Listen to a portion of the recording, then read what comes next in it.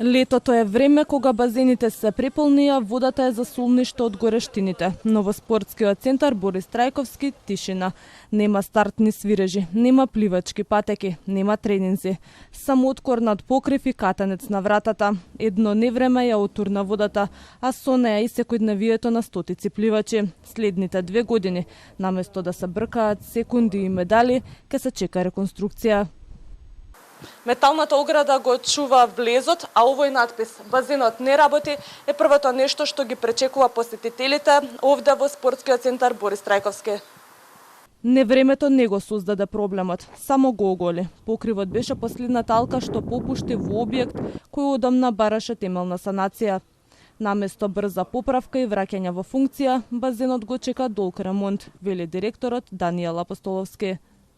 Планираме некаде, се надевам, октомври, најдосна ноември да започне со реконструкција, бидејќи нели треба да помине онаа процедура со тендерска постапка за изведувач на градежните работи, така што се надевам дека од септември, октомври, од кога ќе започнеме со реконструкција, не би требало да трае повеќе од година до година и 3 месеци, со што практично некаде за година и половина се надевам од денеска доколку гледаме ќе добиеме еден нов базен кој што во наредните 50 на години се надевам нема да не соочува со вакви проблеми. Пливачките клубови и издруженијата веќе се информирани за ситуацијата. За среќа, во невремето немало повредени, но пливачите ќе мора да бараат алтернативни услови за тренинг. Неколку стотина метри подалеку, затворени остануваат и портите на аквапаркот. Иако со години не е во функција, таму веќе се работи на санација на дел од инфраструктурата, додава Апостоловски.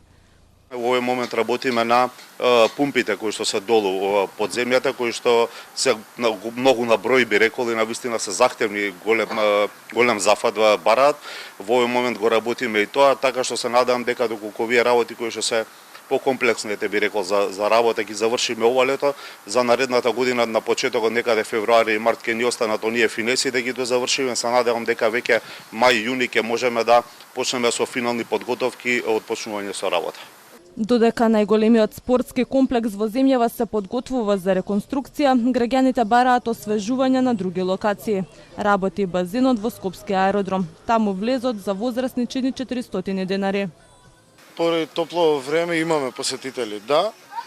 И тоа е тоа. Сега за време на викендите може малце дека се послободни фамилиарни луѓе, со дечиња се они поприсутни.